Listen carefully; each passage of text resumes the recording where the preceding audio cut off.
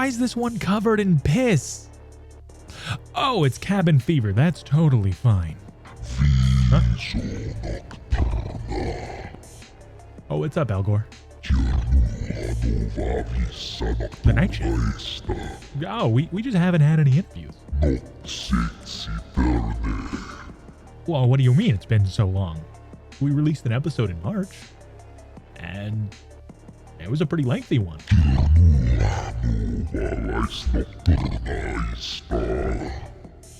What do you mean it was banned on YouTube?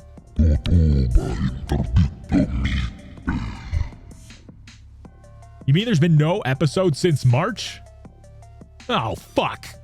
Media hole shit's bad. YouTube apparently banned the last episode of The Night Shift, and I haven't had anything up on the channel. I need a tape like fucking yesterday. Can you cook up an episode real quick? Come on. I need you to do me this solid, buddy. Please. Alright. Fine. What you are about to witness is never-before-seen footage of the video store massacre. The following footage was suppressed by the Federal Bureau of YouTube, who has kept these tapes in a vault away from public viewing. Until now. Viewer discretion is advised. Swallow this.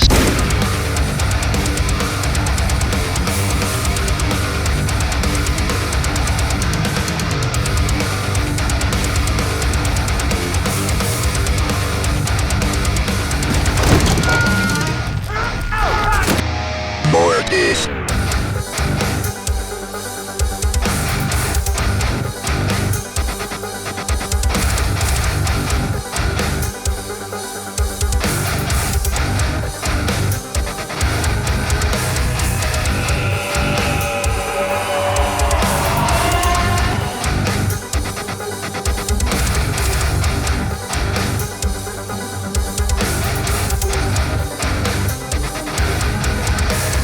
Groovy.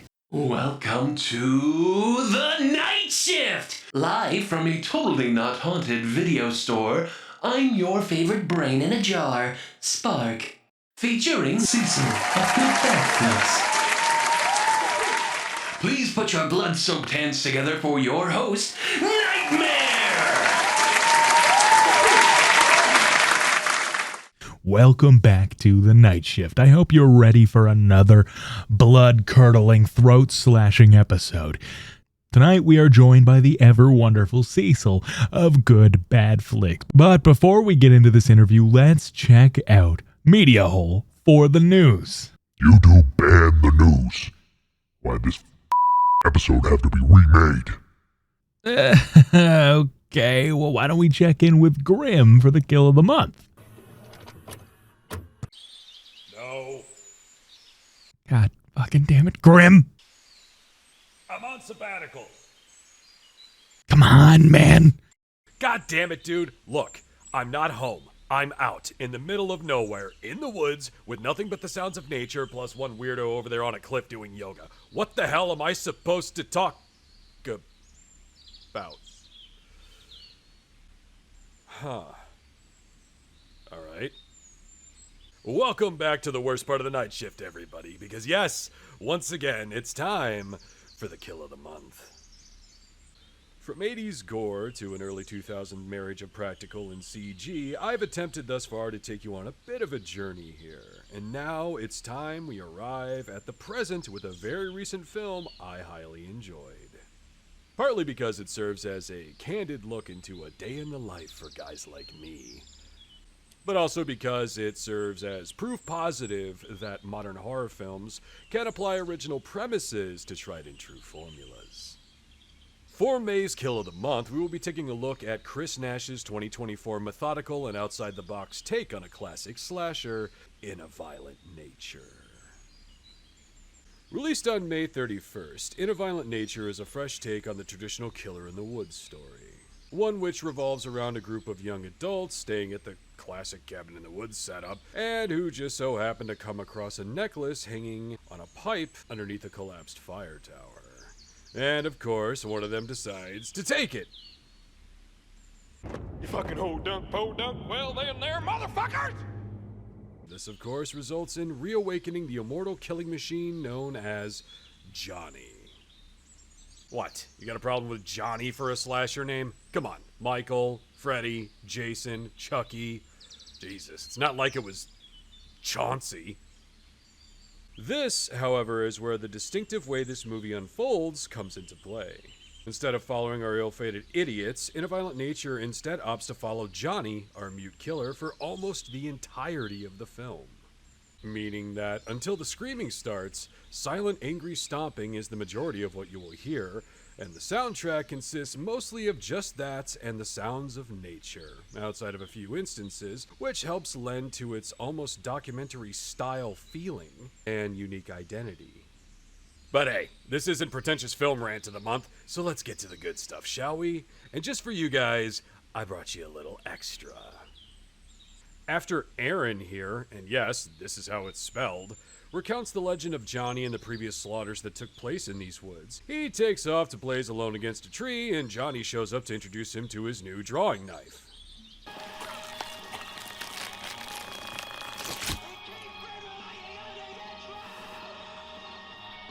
You done messed up, E.H. Rand! You done messed up! The following morning, after arming and masking up at a ranger station museum, Johnny takes a stroll down by the lake and proceeds to drown, what's-her-face, before heading up to the lookout to help Aurora here with her yoga. And I can guarantee everyone who's never actually seen this, wherever you think this scene is going, it goes so much harder. Enjoy.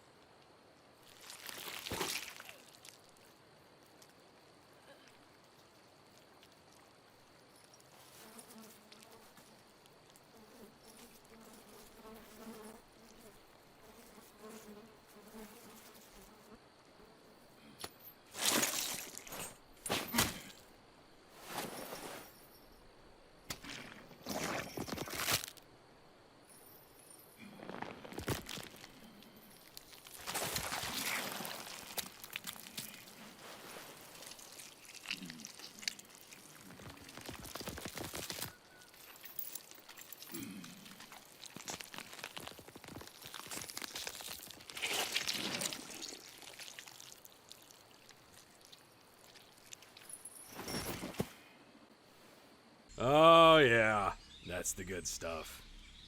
This insane little sequence that just begins with a fun impalement just keeps going. Execution-wise, pun and fucking intended, the effect involves a rubber likeness cast from actress Charlotte Cregan, which was utilized for the quick close-up gag scenes, while a harness rig attached the drag hook chains to her, which helps lend physical weight to the scenes featuring the actress herself. The pre-cut wound in the dummy's abdomen had external tubing ran inside the cavity to pump blood.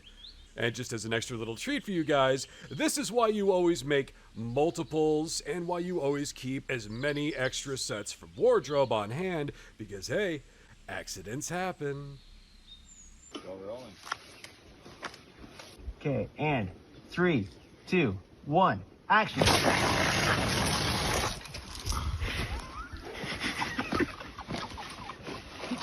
Cut.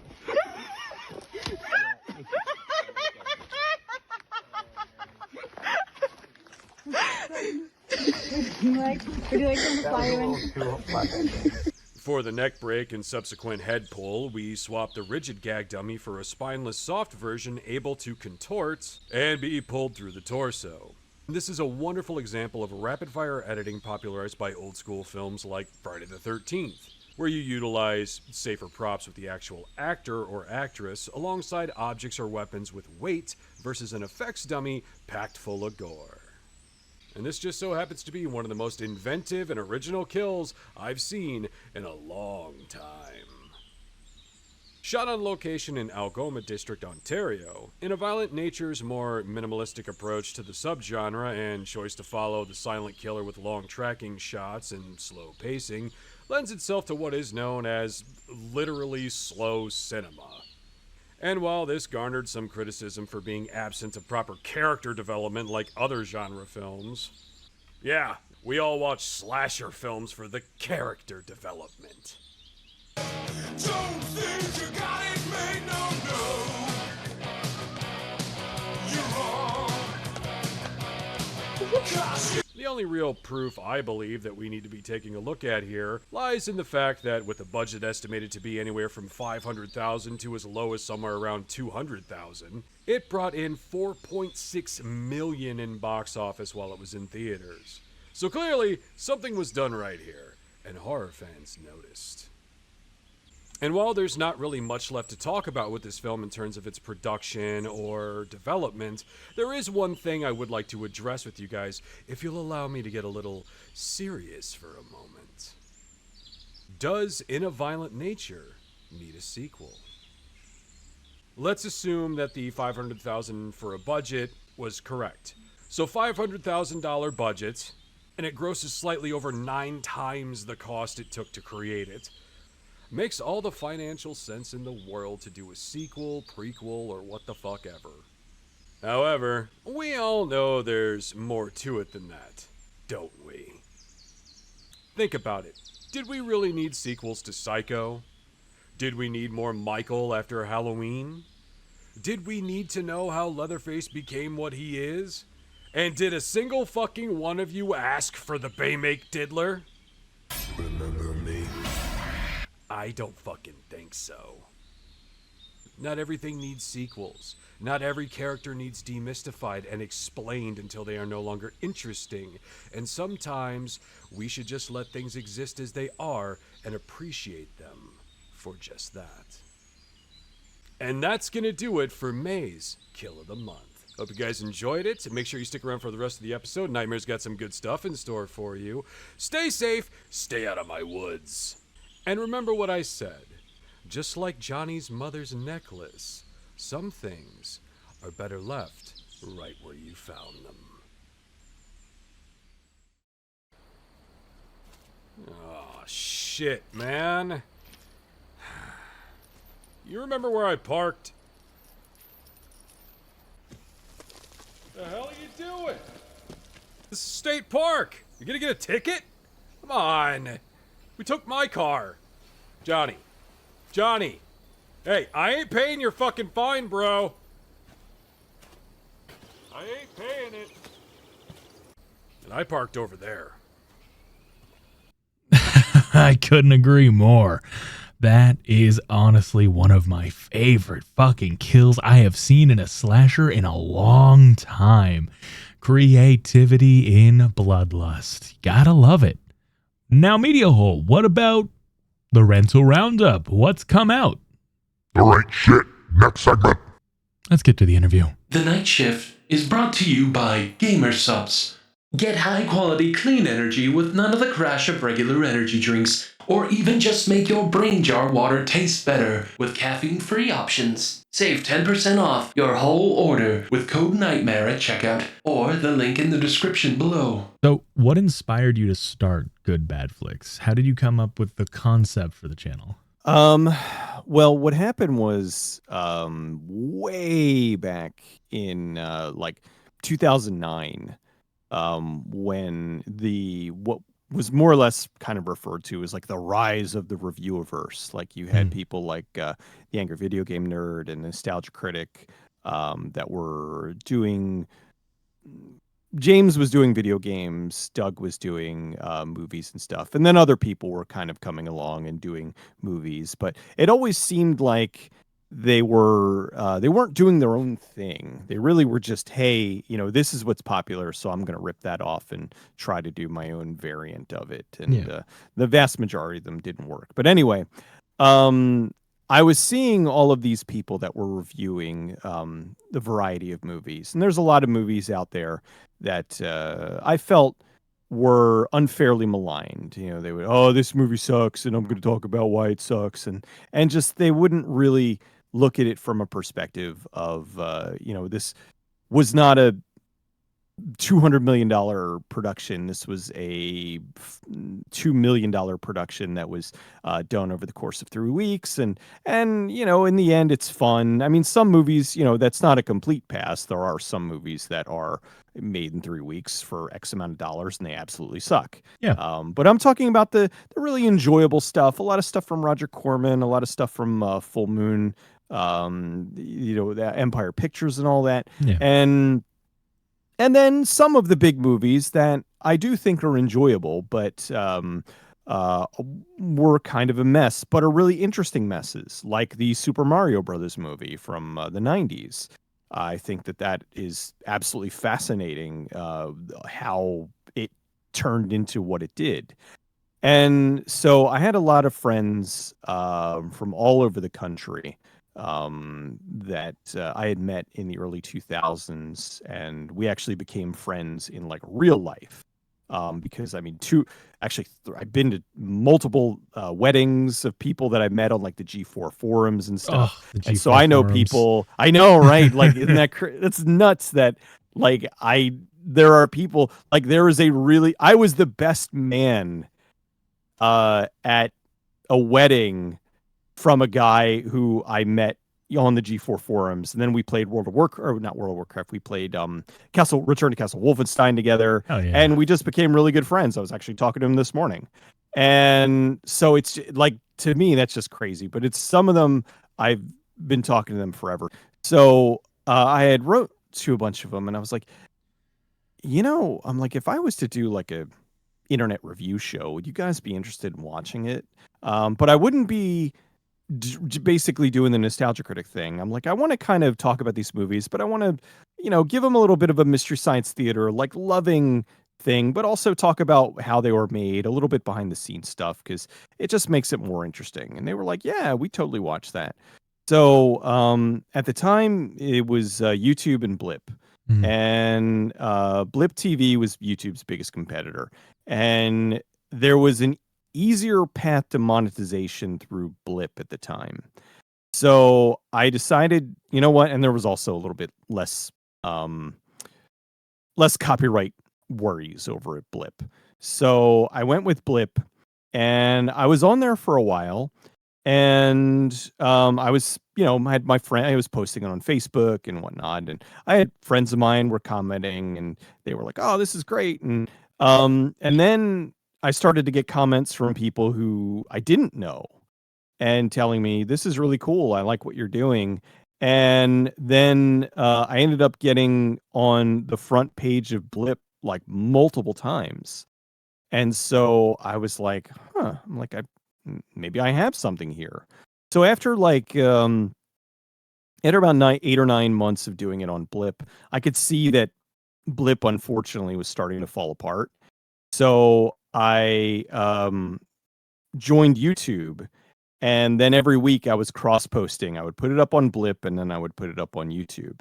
And I started really doing better on YouTube, but still, you know, not do it. Like I think it took me I think it was 2 years, maybe 2 years. I don't remember. It's been so long now. It was like 2 years before I got any money whatsoever. The first thing I got was a $25 check from Blip. And then I think it was 4 years when I got a $300 check. And because I did a crossover with Obscurus Lupa from Nostalgia Critics website, from that guy with the glasses, and he had put it on their front page, and so I, you know, did very well, you know, that month, and but then it, you know, fell off because, you know, people, like I said, going from different websites, they're only going to go here. Yeah. So so they watched me that one time, and that was great, and but then shortly thereafter, I had a video that I really did as kind of an accident. It was the WTF happened in movie posters. It was just something I had kicking around in my brain, and I was like, you know what? I just kind of did that, and then that went viral, and I blew up.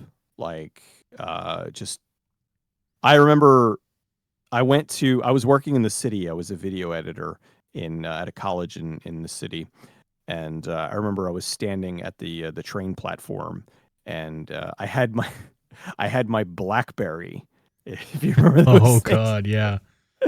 So this was circa 2014. I had my BlackBerry with me, and I saw that I got an email, and it was like a comment from one of the videos, and then it was like, because basically every time one of my videos got a comment, I got an email, and Yeah. so I was like, you got an email, and my inbox was just, and I'm like, wait a minute. Like, what happened? And so I get to work and I see, hundreds of thousands of views on this video, and I'm like, oh my God. And yeah, that kind of blew me up, and that was when I really started looking into, all right, I might be able to make something of this, and so I did. Go. Exactly. That's what we love to see. Now, how long did it take for you to develop your style and tone for the channel? Was it just something that rolled easy and fell into place right after the poster video took off, or did it build over time and change as it went? It evolved over time. Like, the style that I have now is like fine-tuned Mhm. from where I started. Like, I have a background in radio, so I already kind of knew a lot of that stuff, so which did help me. And also I have a pretty good voice for it, so that also helps, because I originally, way back in the day, I wanted to be a talk radio host. I Oh, didn't want to play. I wanted to do sort of, Art Bell. yeah. I wanted to do sort of a Art Bell like show. I wanted to talk about paranormal stuff. I wanted to talk about weird stuff. I wanted to talk about, and then a little bit of music in there too. But mostly I just wanted to do a show where I did, talked about weird shit. Yeah. And that didn't happen. Because there's the thing, whenever you say, like, I want to be a DJ, people automatically think one of two things. They either think of, like, somebody at the club, or they think, like, somebody who's playing, like, top 40 on the radio, which, Yeah. it's just automated anymore. But back then it was still kind of a thing. But I'm like, no, I want to do, like, a talk radio show. And so that didn't happen, and I became a video editor for 10 years. And I wanted to do something where I kind of took because I love movies, are like my big love. Like, Yeah. I love movies. And I wanted to take that, and if I'm not going to be able to talk about paranormal stuff, I'm going to talk about movies, because I could do, like, on radio you can do like a paranormal show, Yeah. but you couldn't really do like a movie show. You know what I mean? It wouldn't really. I don't know. So I was like, you know what? If I take this and I focus on a different movie every time, then I'll be able to do that as a blip and eventually YouTube show. Yeah. But originally, the way that it started, the format of the show was me kind of goofing on the movie and interjecting little factoids about the film, like during the joking part. And then what I later did, I kind of separated the two. So I would kind of talk about the movie first, and then afterwards would talk about the little stuff that I was able to uncover. This was this director's first and last film. He sold his house to make it, and it flopped, and that kind of stuff. So it kind of made it interesting, because I had some people that tuned in for the first part, and some people who only tuned in for the second part. Mhm. And then, the lion's share was people that listened to the whole thing, but you still had, that kind of thing. So it did separate a little bit, and it made the episodes flow a lot better. It made them easier to write, for one thing. And so that was kind of how that evolved. One thing that did happen that was really cool, around when was it? 2016, I believe. Or no, it was 2015 because that was when I got I got laid off from said editing job, and I had 7 months of severance, and I went home. I had been doing Good Bad Flicks at that point for like 5 years, and I went home to my wife and was like, "Hey, if ever I'm going to be doing this full time, like now is the time." And she was like, "Okay." And so I was like, "All right." I had my Patreon going. I had at the time I was freelancing for a website called The Escapist. I was working for them for a couple of years, and they were great. They treated me very well. I got a little bit hosed at the end, but not. But that wasn't due to them. That was due to the like the parent company, who really kind of screwed a lot of people over. But that's neither here nor there. But anyway, so I started doing that full time, and then I get an email from the manager of a band called Psycho Stick, and I was like, "Oh my god, the Beer Guys!" If you've ever heard, they have a very very popular song called Beer, and beer is good, and so they're like, "Hey man, we love what you do. We're also really big like fans of bad movies and stuff, and we just wanted to reach out and see if we could do something together." And that evolved into my episode on Uninvited, where they were like, "Look, we want you to do this video, and in exchange for doing this video, we will write a song about the movie." So they wrote the Uninvited intro, which was, it's a cat, an evil cat, and he lives inside another cat. And it's awesome. It's hilarious. So I had a friend of mine do a little animated intro for it. And that really sparked like a friendship. I wanted to have like a freestanding intro. And I was like, "Look, guys, I'll make you a deal." Because I was like, if each one of you gives me a movie that you want me to cover, I will do a video on that in exchange for you guys taking the time to do like a little intro song for me. And so they did. They put together the little 7-second, good, bad, thing. And I did a video for each one of them, with the exception of Murph, who's their manager. He wanted me to do a video on a movie called Barn of the Blood Llama. And it's really hard to find. He actually was trying to get the guy who directed it to send him a copy, and he just could not get it. So I did a video for everybody else, but I like, "Look, dude, if you ever can get it," because I've been looking for it forever, and I'm like, "If you ever find it, I'm like, I'll still do a video for you," because I'm still see every year they come out to there's a big convention out here in Oaks called Too Many Games, and they come out here every year and do a concert. So every year I come out, and then I get to see them in person, and we chit chat. We go out, get some food and whatnot, and really good bunch of guys. So they've been awesome. So that is just a few of the ways that the show has changed. And then of course the exploring videos, which was another accident. So was there a particular movie or experience that shaped your love for obscure cult or lesser known films? Oddly enough, it's kind of a combination of things. Okay.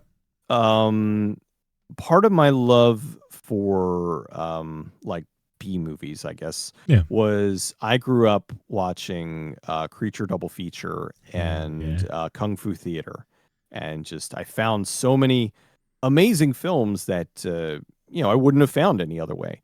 And growing up and then getting a little bit older and being like a teenager in the 90s, I fell in love with Full Moon because they were just fun. Like they weren't pretentious. They felt to me like the old Creature Double Feature movies, but with like a new coat of paint. Like they were a little bit snazzier, but they still had that like that old charm. Yeah. And so I really love that. But I think what kind of pushed me over the top and got me more into like bad movies was, and I had written about this I did the foreword for a book called So Bad It's Good Too, Electric Boogaloo. And I used to have a friend of mine in high school, and her parents both worked the night shift.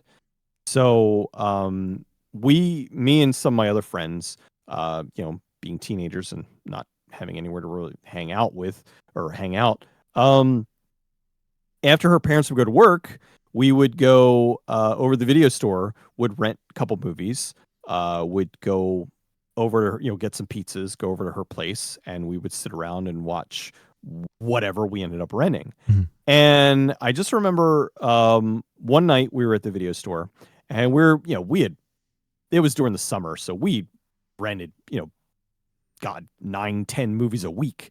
So back then, movies weren't really filtrating into the video stores that frequently. Yeah. So, watching, 10 movies a week back then, you kind of you burn through everything. So, we were looking on the back shelves, and I saw this movie called Alien Predators. And I was like, man, I love Alien and I love Predator. This movie's going to be awesome. So we rented it, and it was great, but it was terrible. And everybody that was watching it, they're all just, oh God. And I'm watching it and I'm loving it. And so then what happened was every time we would go to the video store, they would rent the new releases and stuff, but I would be looking in the back aisles, and I would be, I'd be grabbing, Color Me Blood Red, and just whatever crazy weird movie I could find and convince them to rent, and then we'd go watch it, and then around that same time, Mystery Science Theater was on. And I was introduced to all these other amazing B movies and stuff, and it just really kind of, it filtrated down to where I was like, I kind of love this stuff. It's pure, It's like somebody had an idea, they wanted to make a movie, and for better or worse, they made it. And sometimes it works, and sometimes it doesn't, and sometimes it's bad, but like you can watch it and still have a really good time. And so that really is largely what shaped my my love of the smaller films, the B movies, the Roger Cormans, and the Charles Band stuff. It's just it's always just worked really well for me. So I have a lot of videos that I want to do, and then something like what happened last year. I put out a video talking about the old Skinemax TV shows. Oh yeah, that's what I'm talking about. That's why I'm here. Like or not just Skinemax, but like sexy shows, Yeah. Manuel in Space and that kind of stuff. And I talked about this one show called Forbidden Science. It opened my eyes to how much work went into these Cinemax movies. Like I didn't know a lot of the stuff that went into there. Talking to all the people that worked on them and how much fun they had, and it was like it was like they were doing things back in the like, because it started the not the concept for Forbidden Science, but the whole Cinemax skin to the max thing started in like the early 90s. What the hell are you talking about? They're just talking. We're Shannon Tweed. I can't goon to this. I can make it work. Behind the scenes of Good Bad Flicks, what challenges have you faced running the channel? Because as far as I'm aware, you're still doing the one-man show thing. Yeah. I mean, the one-man show thing is good and bad. Yeah. The good thing is that I don't have to worry about, relying on anyone else. Like, I had a friend of mine who was back in 2015. I had a friend of mine who was he was an animator, and he was like between jobs, and he had offered, "Hey man, I don't want my skills to get rusty, and I don't know when I'm going to be working again. I need to do something. So every week when you're doing a movie, let me know what movie you're doing. I'll do a little animated intro for you." And so I was like, cool. So we were doing that and figured that would go for like, maybe a month or two, and then he'd get a job. And it went on for like months and months and months before he finally got another job. The job market kind of sucked back then. So he made a shit ton of animated intros for me. And but the problem was that he had two kids too. And so there were a lot of times where I'm like, I would give him a lot of time to do the intro, but then I'm like, dude, I need to upload the video if it's going to be ready. So it got to a point where once he finally got a job, then he couldn't do it anymore. And so that was really the only time that I like worked with someone specifically. And I didn't even like really work with him. He was just kind of doing that for free for me as like a favor, and kind of a favor to him. Like, he really enjoyed doing it too. It was fun. Yeah. But so that's kind of the thing. It's like I don't have anyone else to have to rely on. Yeah. It's good and bad, because if I succeed, then it's all on me. But then if I fail, it's also all on me. So I'm very I'm not a control freak, but with the show, I like that I really control all the aspects of it. So again, if succeeds or fails, it's all falling on my shoulders. And I really I think that it wouldn't work quite as well if I was doing it with like a team, or if I had writers or something, because I know there's been a lot of things that I put together where it all came together in the edit. Oh, well, I decided to move this here and do this way. And that wouldn't have worked if I just recorded the audio. And, if somebody else wrote my script, I recorded the audio and gave it off, and somebody else edited it, I don't think it would feel the same. Yeah.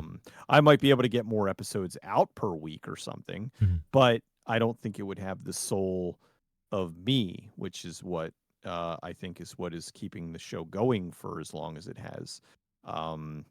So the bad is the nonsense that you deal with at YouTube. Yeah. I love what I do. I absolutely love what I do. I'm talking about movies and entertainment in general, but there's nothing more painful than, you spent all this time working on a video and you upload it, and then some company claims it, and then you have to fight them over it, and then they deny the claim, and then you have to go back and forth with that BS, and that always makes it unpleasant and really kind of sucks. I've been lucky that there's been some companies that I've gotten really friendly with that are like that have me whitelisted, where they're like, please talk about our movies.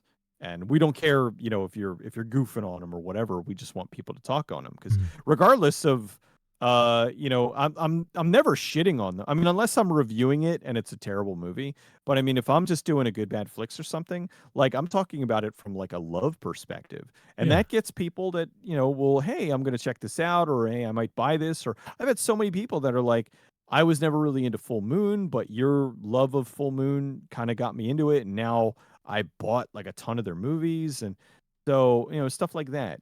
So, but when I do a lot of bigger studio films, those are the ones that always, they have their people that are just scouring YouTube and claiming everything, and it's really, really frustrating, and it makes me not want to do movies that they've done, because then I'm like, well, I don't feel like dealing with this nonsense. Yeah. Because I worked a really hard time on this, and you guys are going to take the ad revenue for it.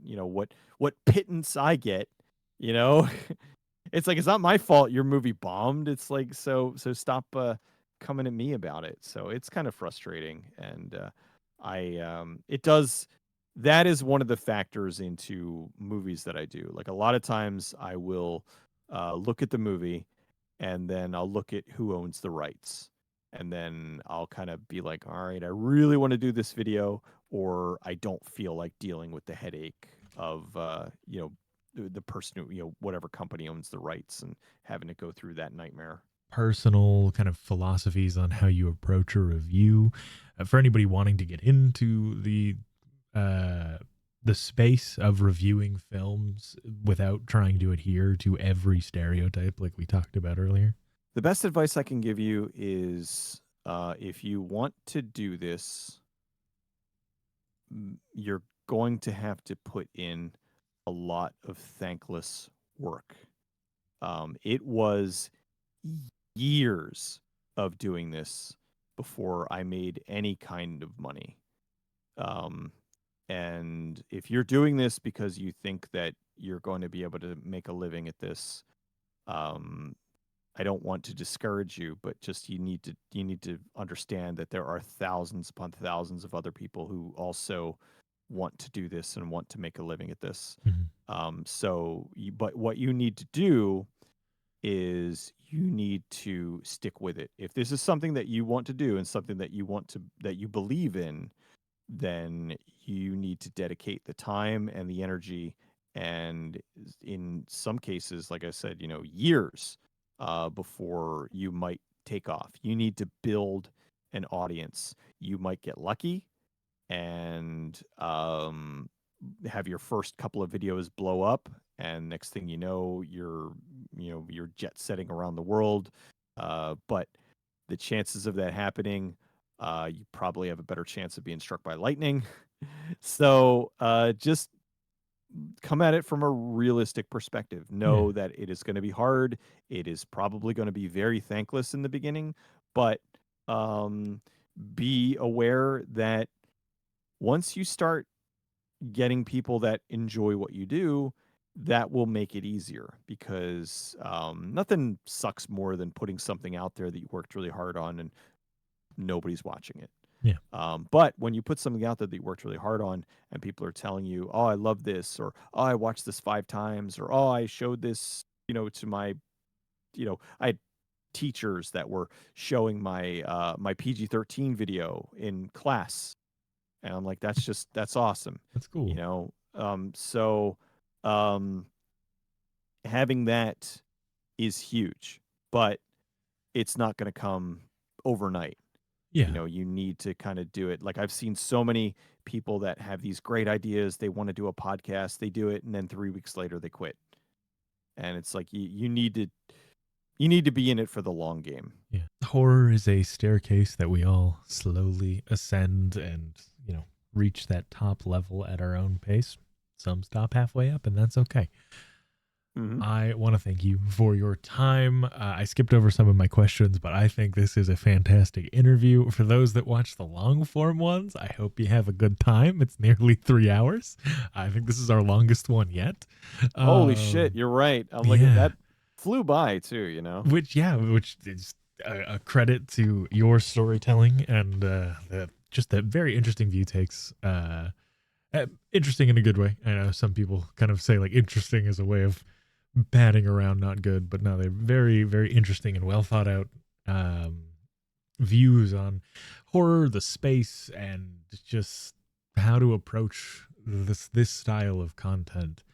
And yeah, it was an absolute pleasure talking to you. Do you have anything you want to plug?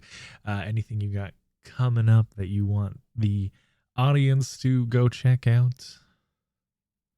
Just if you're not familiar with me, go to Good Bad Flicks on YouTube and watch. I would say if you're looking to laugh, watch my Good Bad Flicks videos. If you're looking for film history, watch my exploring videos.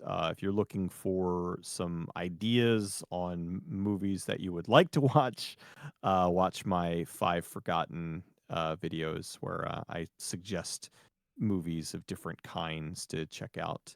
A little something for everybody. And if you want to watch me and some other people watching old TV or talking about stuff or occasionally watching some movies or whatever. I do have a Twitch channel where Friday nights is kind of a potpourri. It's almost like sometimes we do movie trivia, sometimes we do music trivia, sometimes we watch old television shows, whatever really I'm feeling on Friday nights. And then Sundays I play video games. Hell yeah. But yeah, it's kind of, a little bit of a variety of stuff. So yeah, so it's Good Bad Flicks on YouTube and then Good Bad Flicks on Twitch as well. Oh, well, you did good, buddy. I mean, it was mostly interview, and that's okay. There was no rental roundup or really any news, but hey, you managed to track down the Grimm tape and at least get a kill of the month in there. Yeah, did good, buddy. Thank you. You really saved my bacon on this one. Thank you to Cecil for joining us. We are sorry for the delay on your episode. If you would like to watch the full interview, it will be up on the Terror Tapes YouTube channel. Be sure to visit Good Bad Flicks on YouTube to enjoy all of his wonderful content. Wait a minute, who was that guy jerking it?